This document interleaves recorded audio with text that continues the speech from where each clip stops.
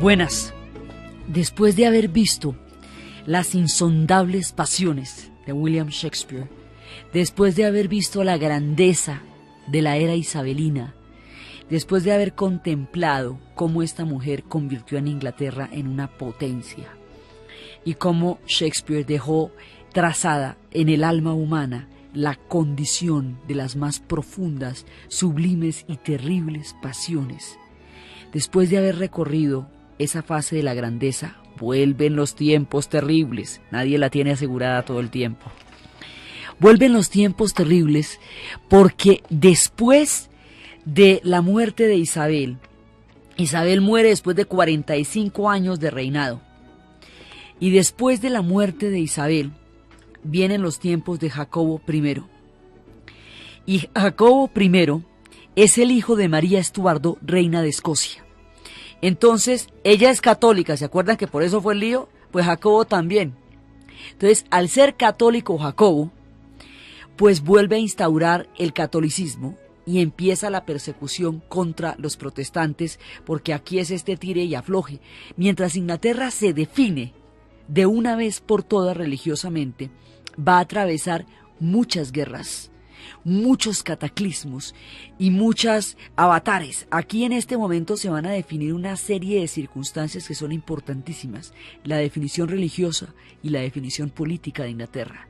Y esto va a ser con una mano de intrigas como ellos acostumbran en su turbulenta historia.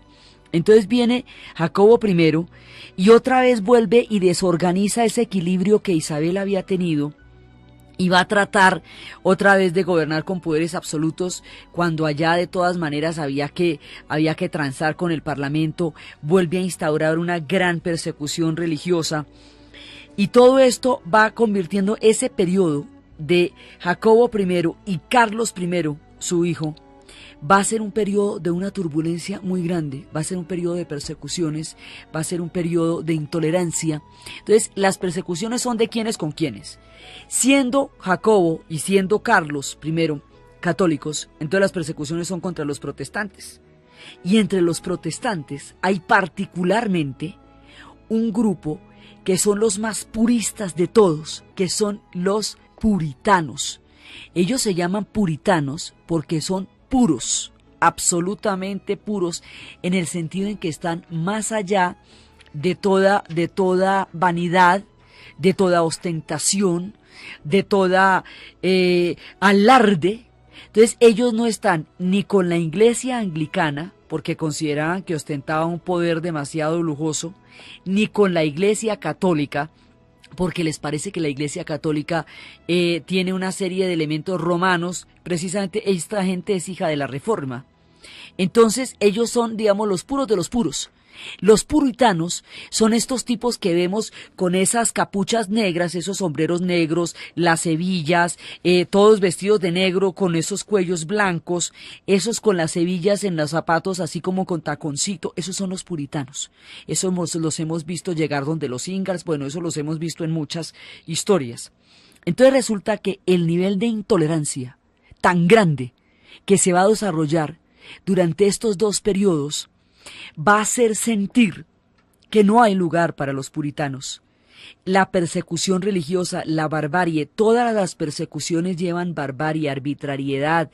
El rey hace lo que quiere, pasa por encima de la propiedad de los comunes, que era una propiedad asignada ya a un territorio comunal del pueblo, reagrupa las tierras, apropiándose y permitiendo que sus amigos se apropien de ellas. Se mete en un montón de guerras con Francia y con Inglaterra, con España, y las guerras con España desbaratan el fisco, es decir, todo el trabajo que había hecho Isabel para sanear las finanzas. Estos dos las acaban. Entonces los mantienen en guerras. Hay rebeliones en Escocia, en ese momento de los protestantes escoceses, evidentemente. Hay rebeliones en todas partes, arman ejércitos y piden impuestos, cada vez más impuestos, y esto se va volviendo una cosa caótica. En un país caótico, con un nivel grandísimo de intolerancia, con persecuciones religiosas, con toda clase de abusos y arbitrariedades sin control por parte del rey, sin una legitimidad, digamos, como gobernante, pues es legítimo porque es el hijo de María Estuardo, pero como gobernante no tiene la talla ninguno de los dos, ni Jacobo I ni Carlos I. Jacobo hace las cosas mal, pero Carlos I realmente las empeora.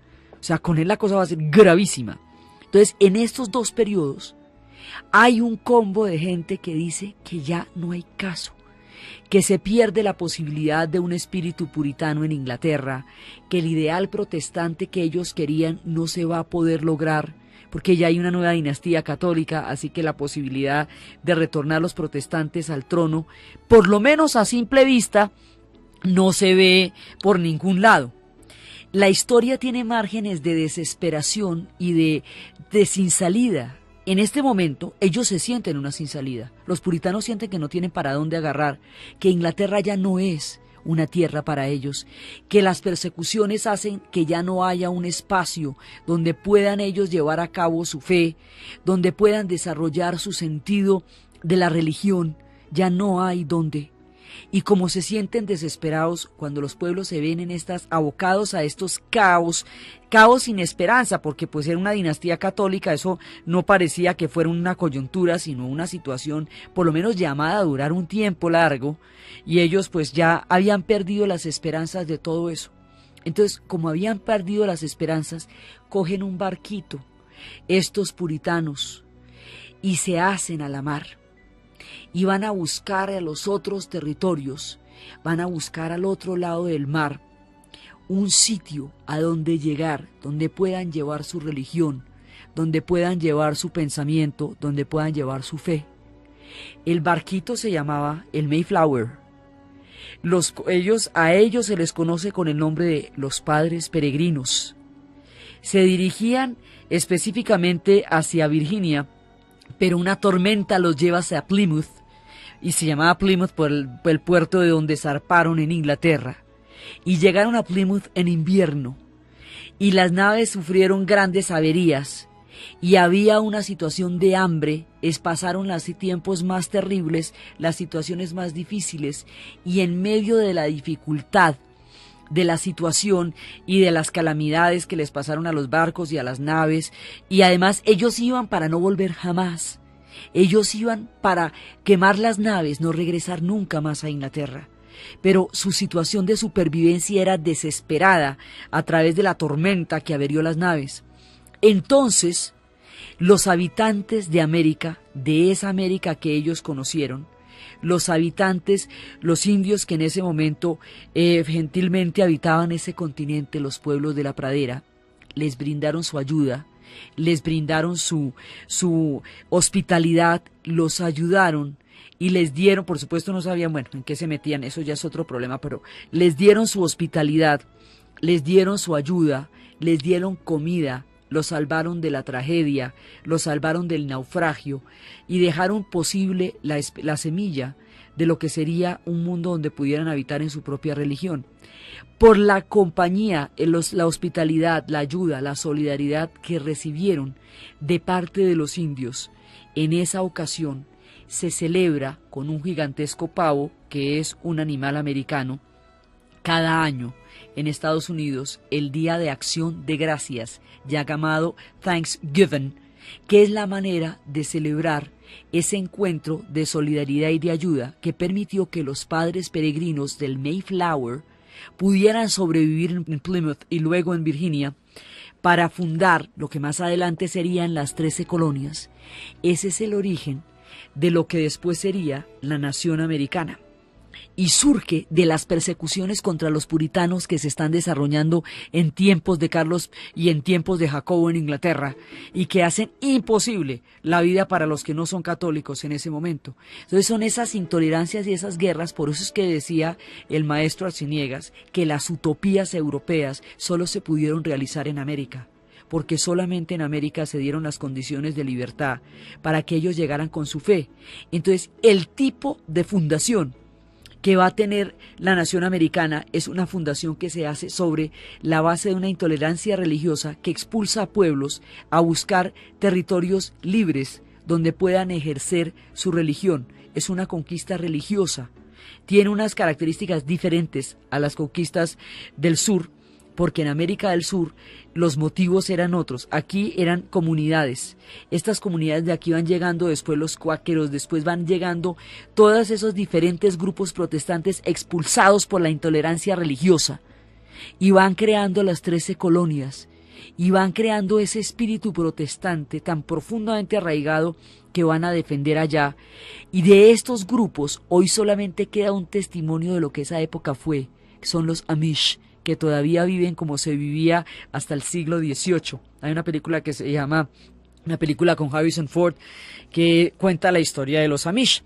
Entonces, ellos son, digamos, la esencia de la parte europea de lo que va a ser la nación americana. Entonces, la religión va a ser protestante desde el principio porque fue el protestantismo el que permitió que esa nación existiera. La congregación en torno a las iglesias va a ser muy importante. Las iglesias son desprovistas de cualquier lujo porque precisamente su carácter puritano los hace reprobar cualquier tipo de ostentación. No hay ritos, el rito de arrodillarse, durante la comunión, esos no se pueden hacer porque todos son parte de la reforma protestante. De este mundo es que van a salir los Ingalls. Los Ingalls son el resultado de los padres peregrinos y todas esas series que uno ve que se juntan en la capilla y que salen estos personajes así piadosos, ellos son los que vienen de los padres peregrinos. Tienen todo ese lado piadoso, toda esa espiritualidad. Y por otro lado, también tienen un puritanismo extremo, porque también de esta tendencia es que van a salir historias tan terribles como la letra escarlata. La mujer esta que por haber tenido un hijo soltera tenía que llevar una letra en el pecho que mostrara para todos su ignominia.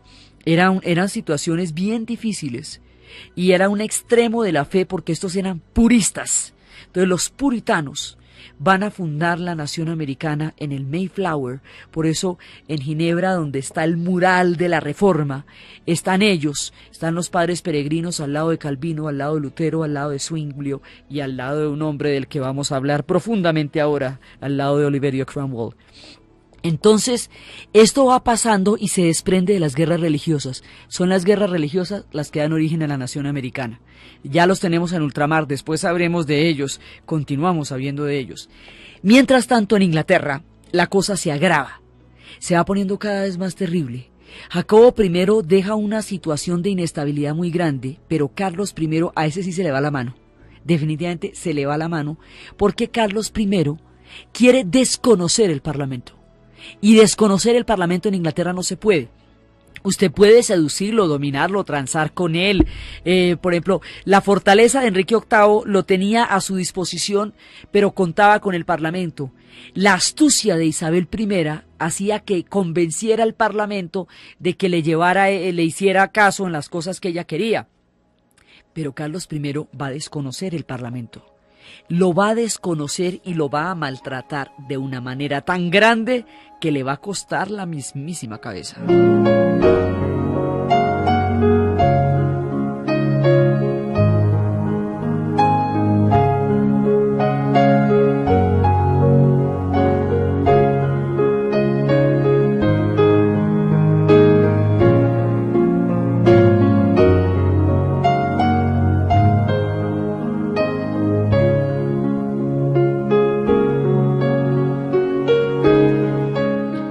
Depende de mi voluntad el convocar parlamentos, así como permitir que celebren sesiones o bien disolverlos, y según los frutos que den consentiré o no que prosigan sus tareas. No toméis esto como una amenaza, pues nunca amenazo a los que no considero mis iguales. Con esta arrogancia se va dirigiendo Carlos I al Parlamento inglés. ¿Cómo les parece? Pues a ellos les pareció terrible. Entonces Carlos I desprecia el Parlamento y quiere crear una monarquía con poderes divinos, una monarquía absoluta. Los tiempos de las monarquías absolutas en Inglaterra ya pasaron y esto no se lo van a permitir.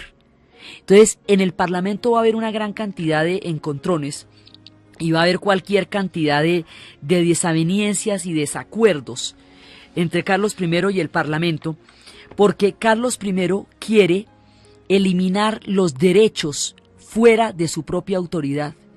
Y una de las cosas importantísimas de Inglaterra son los derechos individuales y la limitación del poder monárquico. los ingleses dan este legado a la política mundial. Este legado, para que los franceses lo hagan, les va a costar una revolución. Los ingleses lo están haciendo por la vía del Parlamento. Entonces, el Parlamento tiene una petición de derechos, una especie de carta magna, que dice que la monarquía no puede recolectar impuestos sin el consentimiento del Parlamento, que no pueden exigirle a los ciudadanos que provean de alimento a los ejércitos, no pueden exigirles eso. O sea, los ciudadanos pueden o no optar por proveer de alimentos a los ejércitos, pero no están obligados a hacerlo. Que la ley militar no se puede imponer en tiempos de paz y que una persona no puede ser arrestada sin un cargo específico. Son los comienzos de la sociedad civil, son los comienzos de los derechos ciudadanos, y esto es antes de la Revolución Francesa. Son las leyes que el Parlamento le está pidiendo al rey que apruebe. El rey no aprueba estas leyes, no aprueba la petición de derechos y quiere los impuestos. Y el asunto es que el Parlamento se había creado precisamente para evitar que el rey pasara por encima del pueblo a la hora de pedir los impuestos y los utilizara como le provocara. Entonces, aquí hay un pulso entre el control del poder real y el poder del Parlamento, y se van a batir los dos en ese pulso, y en la mitad de ese pulso está el contexto religioso. Y en la mitad del contexto religioso está un personaje que es, digamos, absolutamente protagónico en todo lo que estamos contando. Se llama Oliverio Cromwell.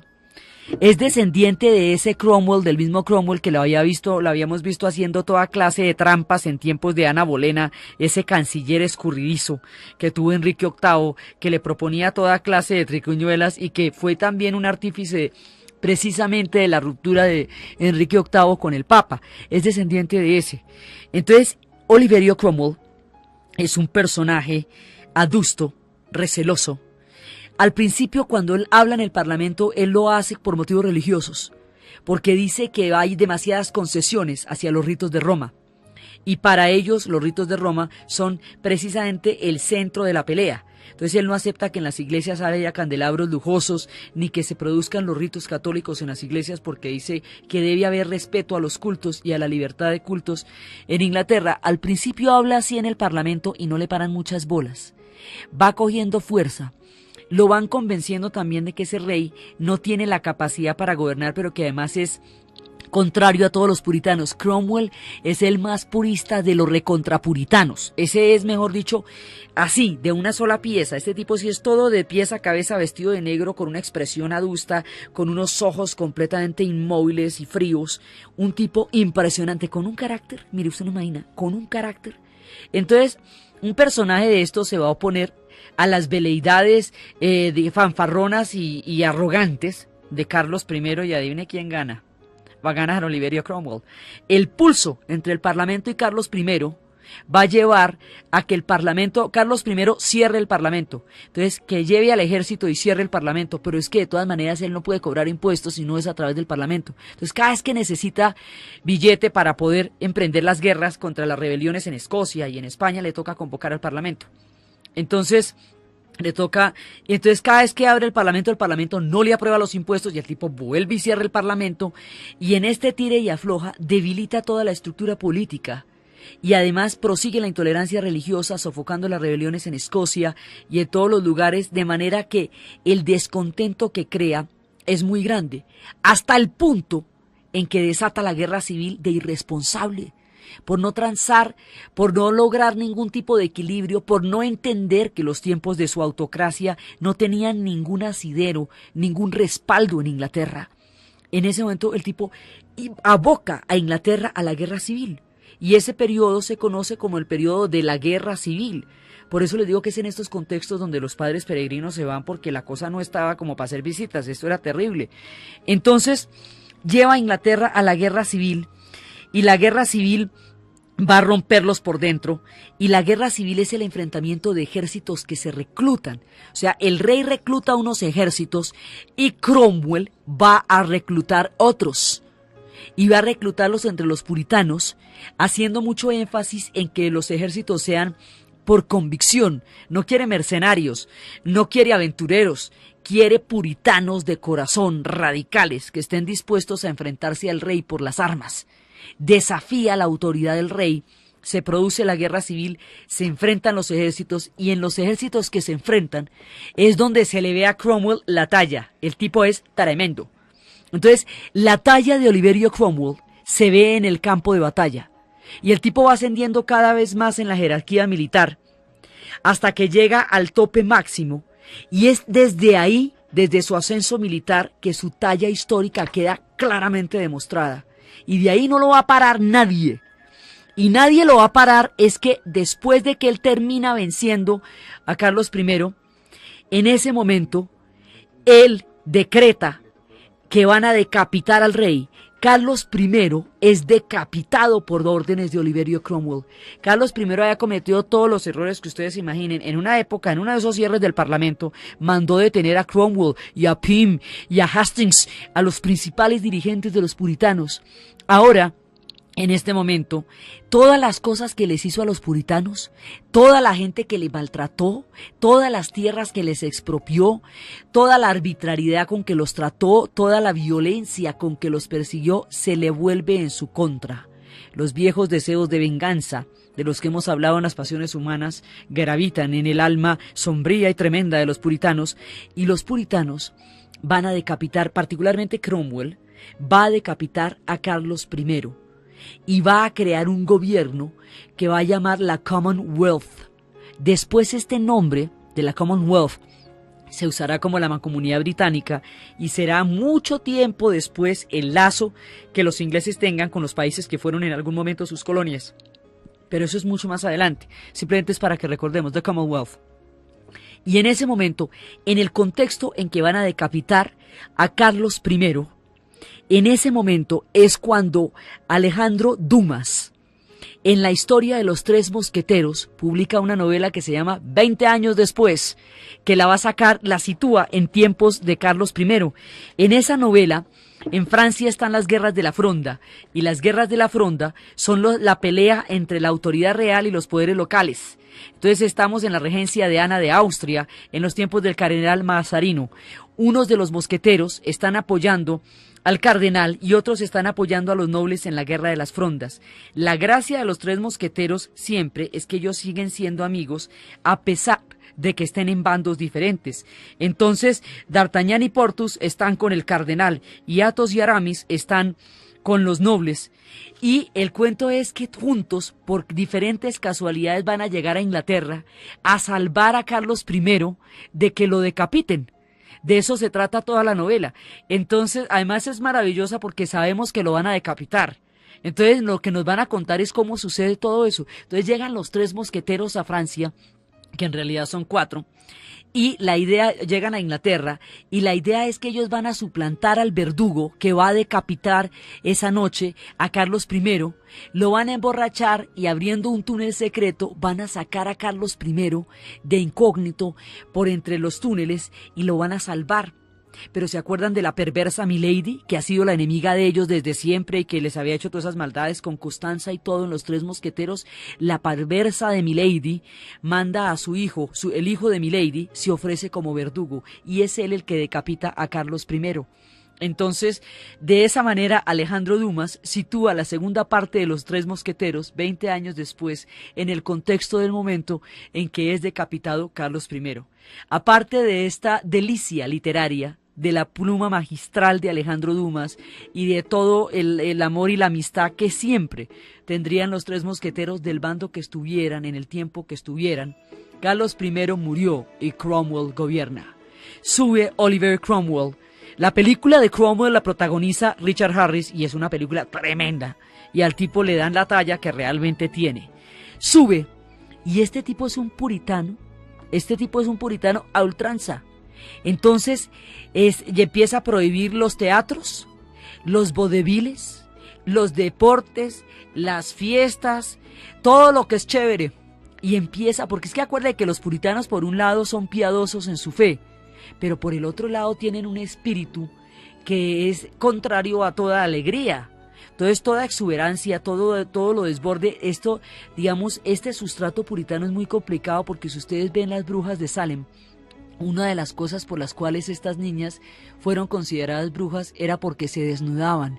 Todo ese pudor del cuerpo, esos vestimentos que usted ve que les llega al cuello casi debajo de la oreja, donde no se les ve ni el dedo chiquito del pie, esos vestimentas de negro que se ven en todas las películas, esos son los puritanos, y es el alma de los puritanos que prohíbe toda sensualidad, que prohíbe toda exuberancia. Por eso cuando llegan al trópico eso les parece terriblísimo.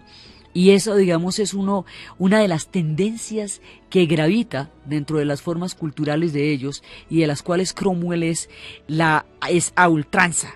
Entonces él va a crear un mundo bastante sombrío, el mundo de los puritanos, pero de una trascendencia histórica para Inglaterra impresionante, como lo veremos después de la pausa.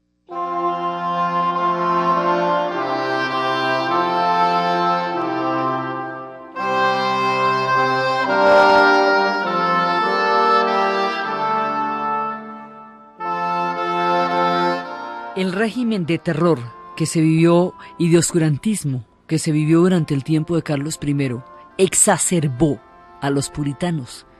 Cuando Cromwell va a subir, él es el resultado de toda la represión, el odio y la arbitrariedad que se ejerció contra ellos durante el tiempo de Carlos I.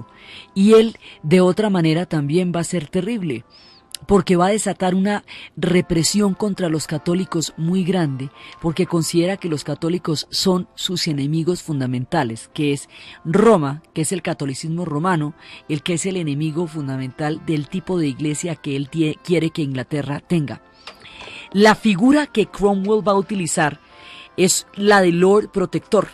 Se declara algo así como el padre de Inglaterra, porque a él le van a ofrecer la corona de Inglaterra, pero como él es un puritano, y esto implica una austeridad en todo nivel y sobre todo con los símbolos de ostentación real, entonces él rechaza la corona, se declara Lord Protector, que es una figura que él se inventa, y ahí es cuando prohíbe las tabernas, cuando prohíbe las fiestas populares, los deportes y los juegos públicos. Entonces Inglaterra queda aburridísima.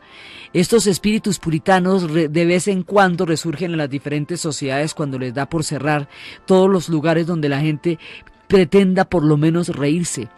Entonces este espíritu este espíritu totalmente oscuro, este espíritu tan supremamente moralista, tan bravo, el de los puritanos, se va a imponer en Inglaterra. Y es esta beta de donde les digo que aparecen las figuras como la letra escarlata o las mujeres que eran acusadas de brujería simplemente por sensualidad. Es una época de una pacatería muy extrema, de una situación muy difícil a nivel de la vida cotidiana, pero se va forjando una parte fundamental de la política inglesa.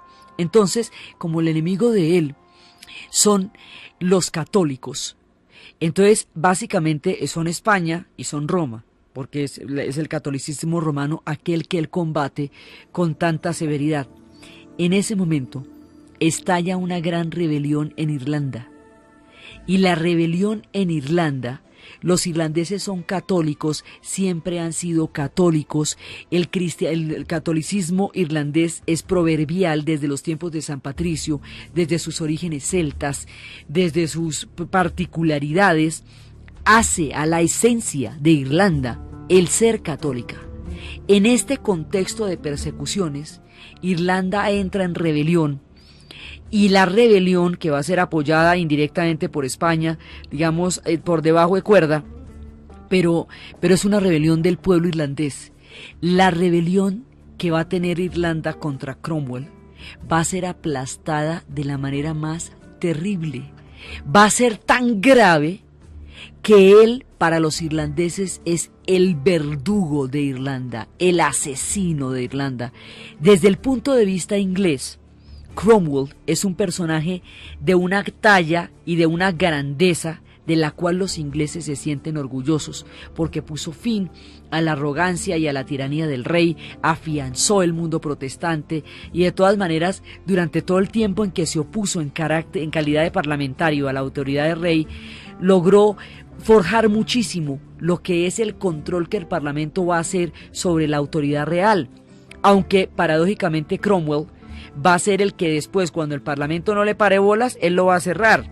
O sea, él tampoco va a ser más deliberante en ese sentido. Sin embargo, a pesar de que él cerró el Parlamento también, como lo había hecho Carlos I, él mismo es un símbolo del Parlamento y él es un símbolo de la limitación de la autoridad del rey frente a la autoridad del Parlamento. Por paradójico que parezca, este personaje tiene muchas facetas, porque por un lado él va a fortalecer el Parlamento como institución, por otro lado lo va a cerrar cuando no le paran bolas a él, por un lado va a tratar de minar la autoridad real y por otro lado va a desarrollar un poder alrededor de su personalidad muy grande.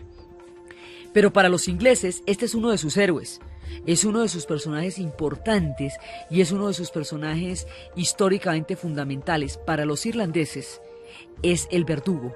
Él llega al extremo de declarar a los irlandeses ilegales en su propia isla. Entonces, ¿cómo hacemos? Irlanda es una isla. ¿Para dónde cogen? Es que si a usted lo declaran ilegal en su propia tierra, ¿usted qué va a hacer? Entonces, lo que él va a hacer es expropiar un montón de tierras de los católicos irlandeses y dárselas a los protestantes. ¿Se acuerda que habíamos puesto un montón de protestantes en tiempos de Enrique VIII para neutralizar el carácter católico de Irlanda y que ahí empezaron los problemas de verdad? Bueno, los problemas empezaron con Enrique VIII, pero con Cromwell se hacen gravísimos. De aquí en adelante, la historia de Inglaterra con la historia de Irlanda es una historia de guerra, es una historia de sangre, es una historia de rebelión, es una historia de represión, y esta sangre y esta guerra va moldeando en el sufrimiento más terrible el duro y poético carácter irlandés. Entonces ellos van sacando, digamos, entre estos dos pueblos se va incunando un odio colosal, un odio terrible. Y es el que el capítulo de Cromwell es un capítulo particularmente álgido en el odio que hay entre los irlandeses y los ingleses. Ahora, él también va a ejercer una fuerte represión sobre los escoceses, sobre los católicos escoceses. Moricho, él le va a dar palo a todo el mundo, es una mano redura. Entonces, a él le tienen bronca en todas partes. En ese momento, Inglaterra empieza a ejercer una gran dominación sobre Irlanda y sobre Escocia. Ya hace rato lo está intentando, pero en este momento lo hace mucho más. Entonces, los resquemores que hay entre estas diferentes pueblos son muy grandes. Si usted no puede distinguir a los escoceses de los irlandeses de los ingleses, mejor que no se aventure a generalizar. Se ofenden mucho si son escoceses y les dicen ingleses o al revés, y sobre todo si son irlandeses. Entonces, la cultura gaélica, la cultura celta, es seriamente amenazada. Les obligan a no hablar la lengua gaélica hasta que desaparezca y solamente pueden hablar inglés, y las tierras las tienen los protestantes, y los protestantes son de origen inglés o son de origen escocés, pero no son irlandeses. Entonces los irlandeses se ven cercados en su propia isla por un ejército que ellos consideran invasor, por una religión que ellos consideran una afrenta a su fe, porque así como los protestantes y los puritanos se sintieron tan agredidos con Carlos I, igualmente los irlandeses se van a sentir totalmente agredidos con el régimen protestante y puritano que les está prohibiendo el catolicismo, que es una cosa absolutamente esencial al carácter irlandés. Entonces aquí, esto es uno de los episodios grandes de la guerra. Habrá otros, y los habrá más graves, hasta que se convierta en un conflicto de proporciones gigantescas que hasta ahora están intentando parar y todavía no han logrado. Hasta ahora están planteando el proceso de paz. Todo el tiempo se ha ido forjando esta guerra. Las guerras entre los católicos y los protestantes, que todavía sacuden a Irlanda, que todavía están intentando desarrollar, evitar por medio del proceso de paz, son entre estos protestantes que llevó allá Enrique VIII, que apoyó Cromwell por medio de la concesión de tierras expropiadas a los católicos, y entre estos católicos que Cromwell declaró ilegales y declaró enemigos de Inglaterra. Entonces el conflicto tiene tres partes: la parte de Inglaterra sobre los católicos, la parte de los protestantes que es apoyada por los ingleses, y los católicos irlandeses que están en guerra contra los protestantes y contra los ingleses. Entonces, ese es, digamos, el origen y uno de los puntos más complicados del conflicto de Irlanda, que va creciendo paralelamente a la historia de Inglaterra. A medida que Inglaterra se va desarrollando, el conflicto con Irlanda va a ser más grande. El conflicto con Escocia también es importante, pero con Escocia ellos comparten muchas cosas. Van a tener reyes comunes, casas dinásticas que se cruzan. Finalmente estamos en tiempos de los estuardos. Los que acababan de pasar eran estuardos. Pero con Irlanda, de aquí en adelante, hasta los tiempos de Major y Tony Blair, hace tan solo 5 o 6 años, la única relación que va a haber entre Inglaterra y Irlanda es la sangre y el fuego. De Cromwell en adelante, la política de los gobernantes ingleses con respecto a Irlanda es la de aplastarla y es la de exterminarla. Y el resultado de esa política son 500 años de guerra, que atraviesan en los tiempos de Cromwell uno de sus momentos más álgidos. Entonces Cromwell es un tipo muy complejo por donde usted lo mire, porque está realizando, digamos, un afianzamiento muy importante de lo que va a ser la nación inglesa, pero lo está haciendo de una manera brutal. Lo está haciendo a costa de Irlanda, y lo está haciendo a costa de los católicos en Inglaterra también, y lo está haciendo a costa de un puritanismo terrible, pero él actúa en absoluta consecuencia con su fe.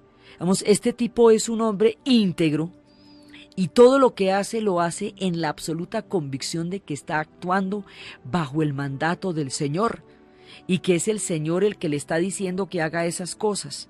Entonces por eso es tan difícil de medir, ¿ve? Porque él es absolutamente honesto con su propia fe, tanto que cuando le ofrecen la corona la va a rechazar, porque la humildad que se debe a los puritanos riñe con el hecho de tener la corona, pero en la vida práctica ejerce un poder absoluto, una dictadura, así común y corriente. Es con este tipo de espíritus que se están dando las fuertes raíces protestantes en Inglaterra. Entonces él va a tener un periodo que es cuando él gobierna, cuando él va a ser Lord Protector, y de ahí no lo baja nadie, es hasta que se muera.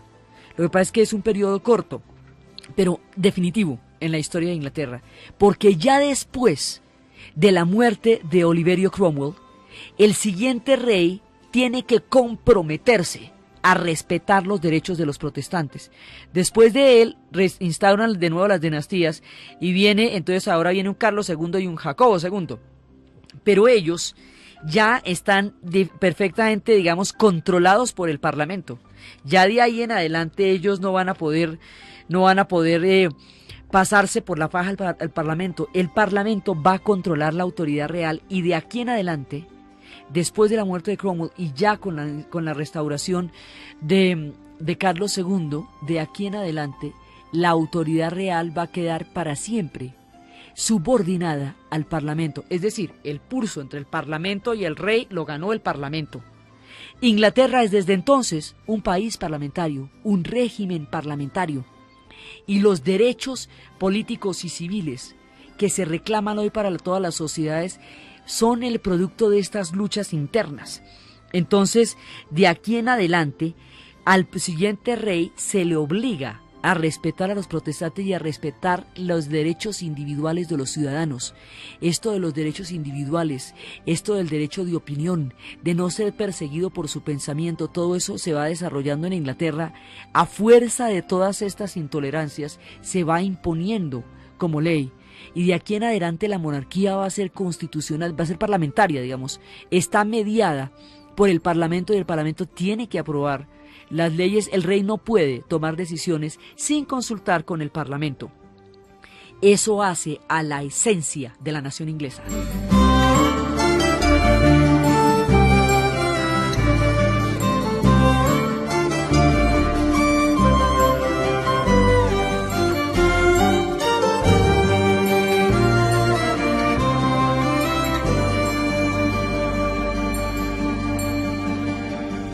Todo este tiempo en que se está conformando la nación inglesa, están pasando cosas importantes a todo nivel.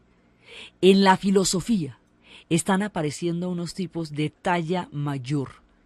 Son los que van a forjar los comienzos de la ciencia moderna. Sin ellos no existiría la concepción de la ciencia como se daría después, y también van a tener una contribución fundamental a las luchas del Parlamento. Estos personajes se llaman los empiristas, y son Francis Bacon, son Berkeley, son Locke, John Locke y son David Hume. Y bueno, y Hobbes. Estos personajes, sobre todo los primeros 4, van formando, y particularmente Locke y Hume, van formando el pensamiento que hace posible la ciencia, pero a la vez son actores principales de la formación del Parlamento también, porque ellos van a defender desde el punto de vista filosófico el derecho de los individuos a expresarse libremente. Entonces, la ciencia y la formación del Parlamento están ligadas en Inglaterra. Entonces, lo que los empiristas proponen desde el punto de vista filosófico es que toda experiencia, todo conocimiento parte de la experiencia, porque antes de ellos venían los racionalistas que no creían en el conocimiento de los sentidos.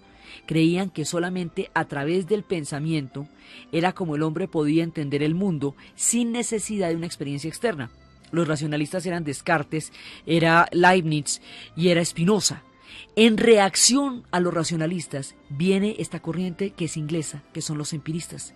Los empiristas llegan a desarrollar cositas tan interesantes como la explicación del mundo a través de causas y efectos, por ejemplo. Esas son cositas de las que dice Hume.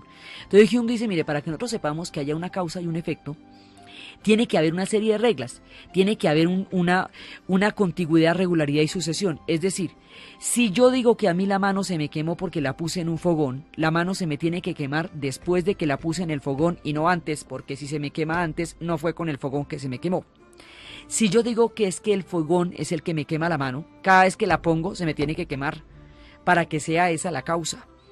Entonces, y cada vez que me pase eso tiene que producir el mismo efecto y tiene que ser en el mismo orden la causa, para que anterior la causa y luego el efecto. Esto es lo que va a posibilitar la experimentación en la ciencia.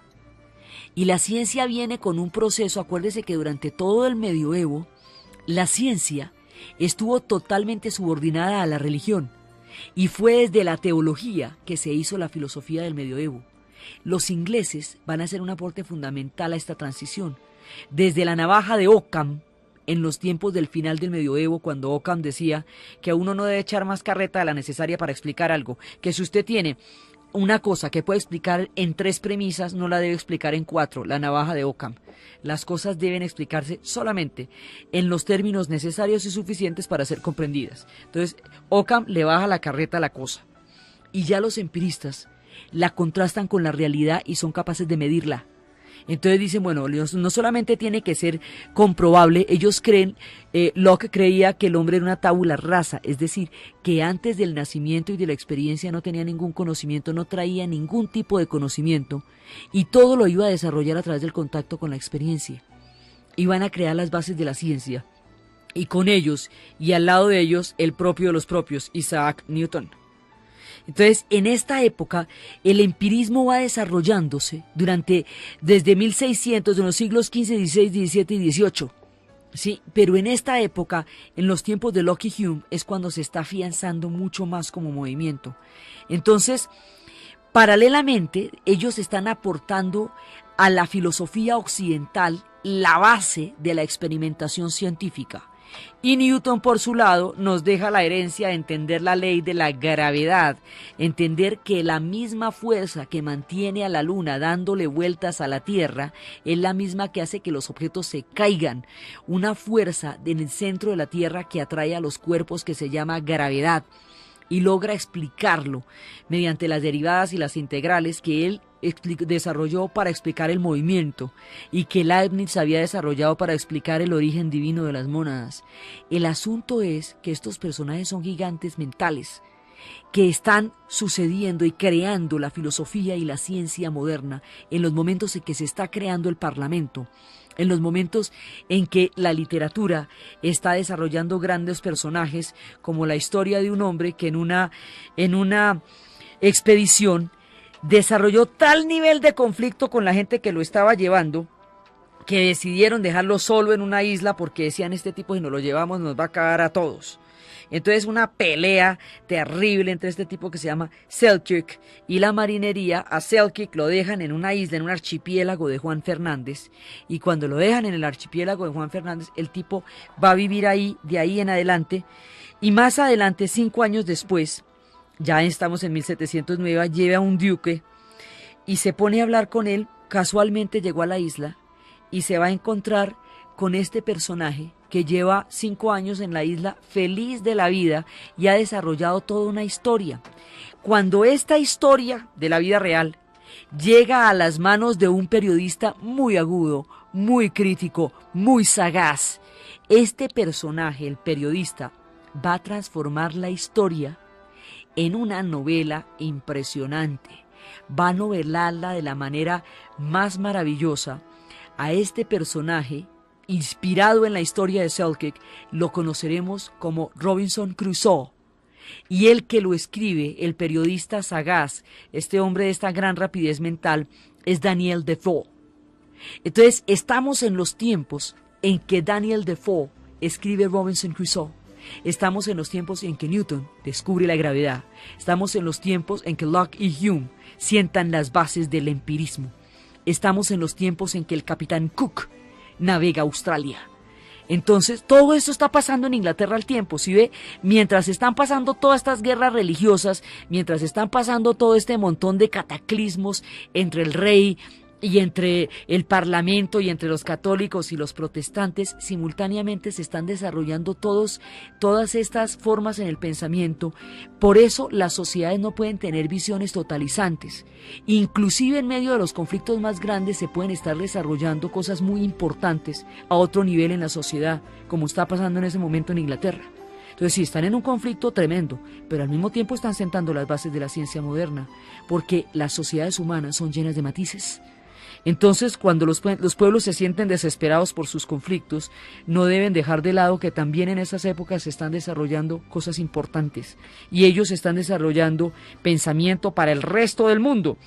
Entonces, en aquella misma época, el capitán Cook, que a diferencia de los hombres que se han hecho a la mar en los descubrimientos, no es un aventurero, es un científico, es un tipo estudioso que va a ir patrocinado por la Real Sociedad Científica para ir a descubrir diferentes tierras.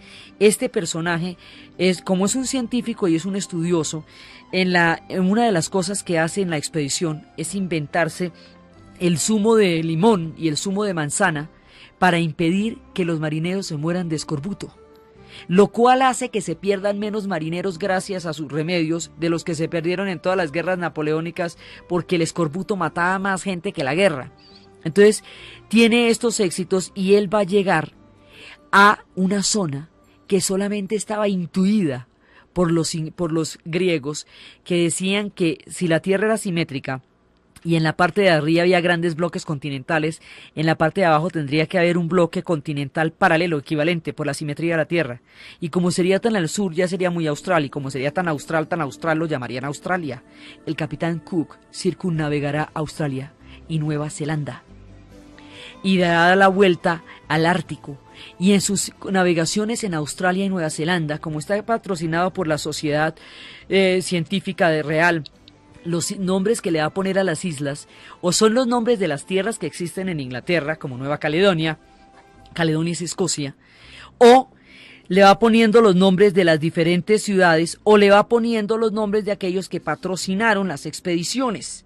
Entonces, uno de los que patrocinaba las expediciones, de los nombres que va a tener, es un personaje tan supremamente enviciado con el juego, que no podía dejar de jugar para comer. Entonces, como no podía dejar de jugar para comer, pedía que entre panecitos le llevaran unas carnes para podérselas comer mientras estaba en el salón de juego, porque no podía salir de ahí ni un solo minuto. A punta de llevarle carnecitas entre los panes, a este personaje le atribuyeron, porque esa fue su invención, fue una invención de vicio, pero fue una invención de lo más eficaz.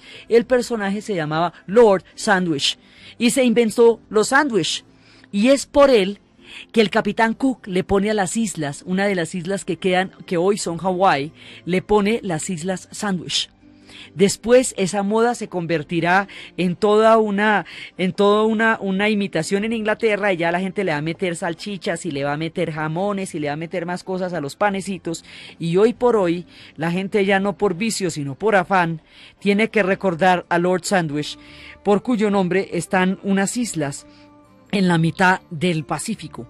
Entonces, el capitán Cook circunnavega Australia, va a Haití, navega alrededor de la Antártida, llega y hace toda la vuelta por el Pacífico Sur y va a desembarcar después en las islas en Filipinas. Y cuando estaba en el extremo de las islas hay una tormenta, él lo trataban como un dios, los nativos.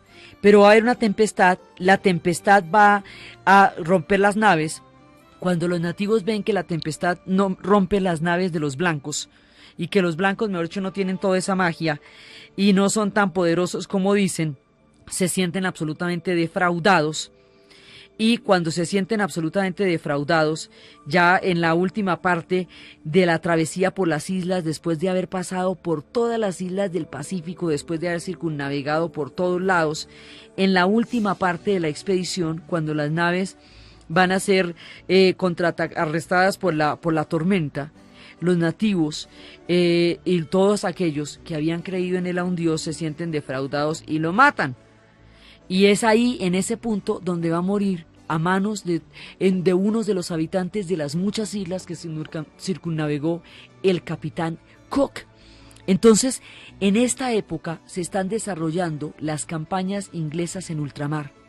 Se están desarrollando las bases del pensamiento científico, se está desarrollando la teoría política que limita la autoridad real y le va dando los derechos al ciudadano a través del fortalecimiento del Parlamento. Se está desarrollando también un puritanismo religioso que va a dar lugar a muchas persecuciones, pero que va a dar lugar también a muchas formas de trabajo que van a generar diferentes sociedades en lo que después Max Weber va a llamar la ética protestante.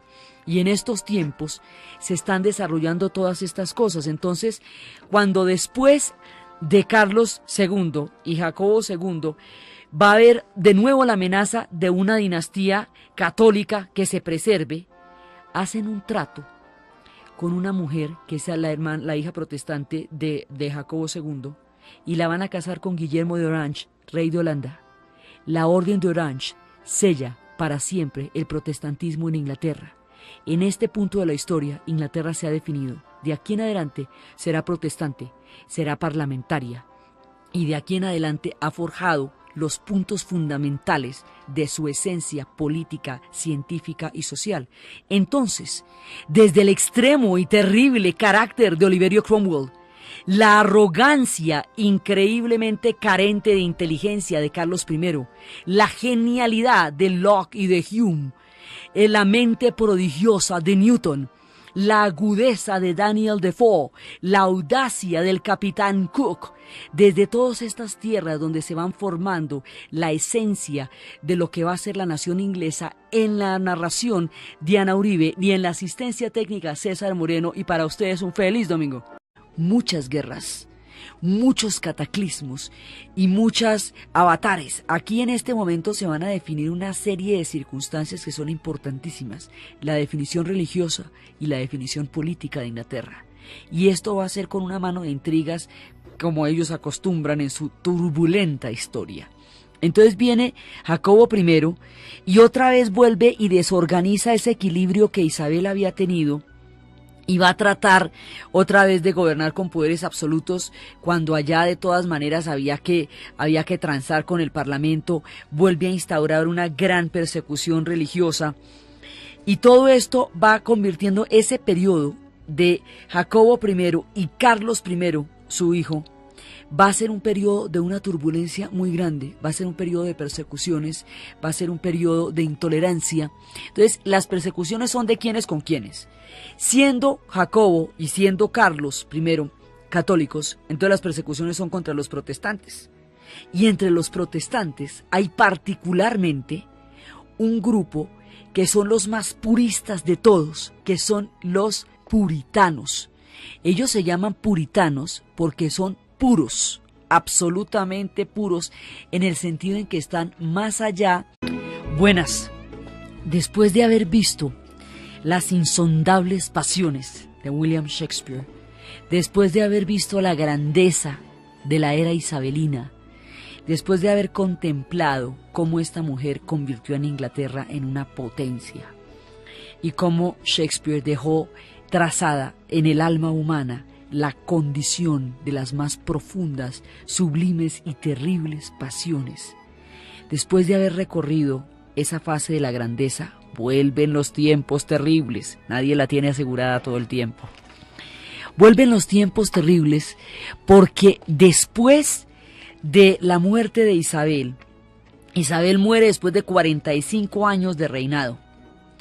Y después de la muerte de Isabel, vienen los tiempos de Jacobo I. Y Jacobo I es el hijo de María Estuardo, reina de Escocia. Entonces, ella es católica, ¿se acuerdan que por eso fue el lío? Pues Jacobo también.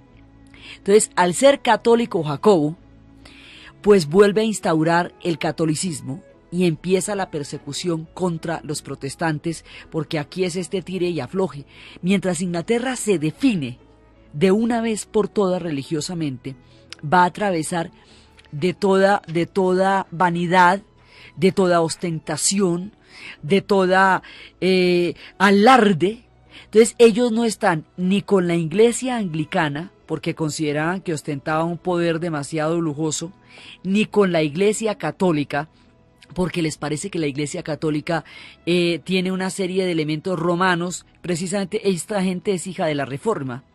Entonces ellos son, digamos, los puros de los puros. Los puritanos son estos tipos que vemos con esas capuchas negras, esos sombreros negros, las hebillas, todos vestidos de negro con esos cuellos blancos, esos con las hebillas en los zapatos así como con taconcito. Esos son los puritanos. Esos los hemos visto llegar donde los Ingalls, bueno, eso los hemos visto en muchas historias. Entonces resulta que el nivel de intolerancia tan grande que se va a desarrollar durante estos dos periodos va a hacer sentir que no hay lugar para los puritanos. La persecución religiosa, la barbarie, todas las persecuciones llevan barbarie, arbitrariedad. El rey hace lo que quiere, pasa por encima de la propiedad de los comunes, que era una propiedad asignada ya a un territorio comunal del pueblo, reagrupa las tierras, apropiándose y permitiendo que sus amigos se apropien de ellas.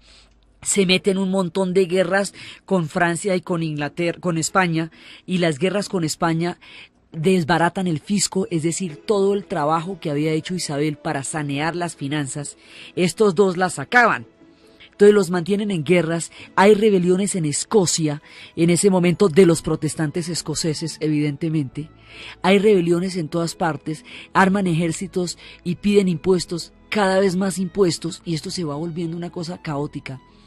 En un país caótico, con un nivel grandísimo de intolerancia, con persecuciones religiosas, con toda clase de abusos y arbitrariedades sin control por parte del rey, sin una legitimidad, digamos, como gobernante, pues es legítimo porque es el hijo de María Estuardo, pero como gobernante no tiene la talla ninguno de los dos, ni Jacobo I ni Carlos I. Jacobo hace las cosas mal, pero Carlos I realmente las empeora. O sea, con él la cosa va a ser gravísima. Entonces, en estos dos periodos, hay un combo de gente que dice que ya no hay caso, que se pierde la posibilidad de un espíritu puritano en Inglaterra, que el ideal protestante que ellos querían no se va a poder lograr, porque ya hay una nueva dinastía católica, así que la posibilidad de retornar los protestantes al trono, por lo menos a simple vista, no se ve por ningún lado. La historia tiene márgenes de desesperación y de sin salida. En este momento, ellos se sienten una sin salida. Los puritanos sienten que no tienen para dónde agarrar, que Inglaterra ya no es una tierra para ellos, que las persecuciones hacen que ya no haya un espacio donde puedan ellos llevar a cabo su fe, donde puedan desarrollar su sentido de la religión. Ya no hay donde. Y como se sienten desesperados cuando los pueblos se ven en abocados a estos caos sin esperanza, porque pues era una dinastía católica, eso no parecía que fuera una coyuntura, sino una situación por lo menos llamada a durar un tiempo largo, y ellos pues ya habían perdido las esperanzas de todo eso. Entonces, como habían perdido las esperanzas, cogen un barquito, estos puritanos, y se hacen a la mar. Y van a buscar a los otros territorios, van a buscar al otro lado del mar, un sitio a donde llegar, donde puedan llevar su religión, donde puedan llevar su pensamiento, donde puedan llevar su fe. El barquito se llamaba el Mayflower. A ellos se les conoce con el nombre de